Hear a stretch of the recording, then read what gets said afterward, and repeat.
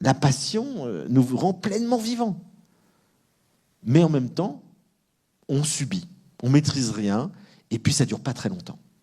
Quand Frédéric Beigbeder a écrit son livre « L'amour dure 3 ans », ça date, hein, parce qu'aujourd'hui, ça dure 6 mois grand max. Si on est dans Eros, si on ne dépasse pas le sexe. Mais dès qu'on découvre l'âme, ah, là c'est autre chose. Là, on passe à Philia.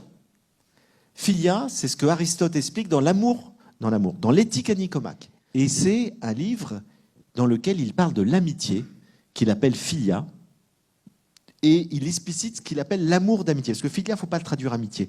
Si vous traduisez par amitié, on entend des copains.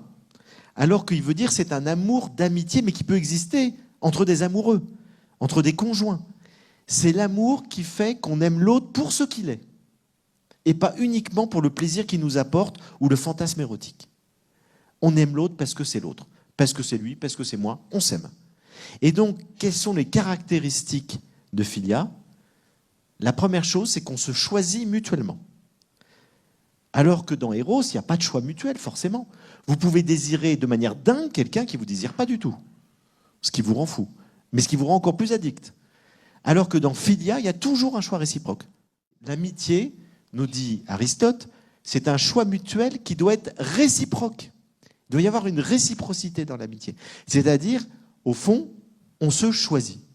On se choisit parce qu'on s'aime bien, parce qu'on a plaisir à se voir, parce qu'on a envie de faire des choses ensemble. Et la troisième caractéristique de l'amitié, on choisit la personne, réciprocité et projet commun. Et donc, les amis font des choses ensemble. Donc, faire des choses ensemble, on peut être amis parce qu'on va chasser ensemble, on peut être amis parce qu'on va se promener, randonner dans la nature ensemble, et on peut être amis parce qu'on fonde une famille et qu'on fait des enfants ensemble. C'est de l'amitié pour Aristote. C'est de l'amour d'amitié. Il faut un projet commun. Et il nous dit, les amoureux, les époux, vont d'autant plus solidifier leur relation qu'elle sera fondée sur Philia. Parce que si elle est fondée que sur Eros, ça ne durera pas. Et donc, une bonne relation amoureuse, c'est Eros plus Philia. Du désir, du sexe et de l'amitié. Il faut que votre conjoint soit votre meilleur ami. Sinon, ça ne marchera pas.